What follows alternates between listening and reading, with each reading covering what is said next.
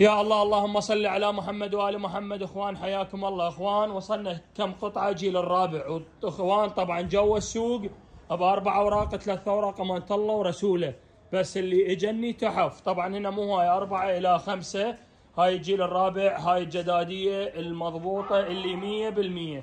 اخوان طبعا هاي ماشية 1192 وبالورقة 1188، بس هيك مال تنزيل.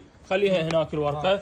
اخوان طبعا هذا يجي دقمتين مو كوري، هذا اللي 3 دقم يجي كوري، هذا يجي اصلي ياباني. اخوان اللي ريمون دقمتين، وهاي المشي مالتها 1188 كتالوجاتها. وهذا الدشبول، اني يحكي الدشبول، هذا الدشبول دا يحكي يقول 1192.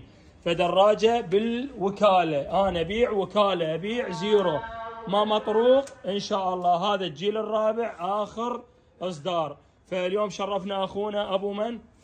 ابو حسن شرفنا. وابو حسن من درى انه واصلات ذني القطع، فقال لي ابو عسل اريد وحده اجي اخذها، هو استنقاها لا على تعيين، بس ان القطع شافن مو بالبيت. والله ابو كلن حلوات. فجدد لو مو جدد؟ كلن حلوات وكلن تفليش. وهاي شلونها؟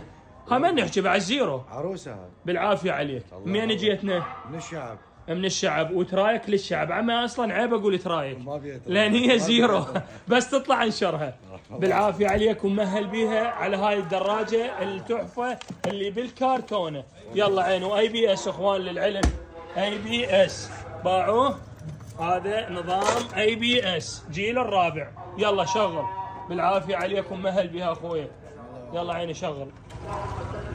شوف عليها كل الخير يا رب يكفيك شرها. قبل للترقيم، قبل للترقيم. بالعافيه بالعافيه اخوان.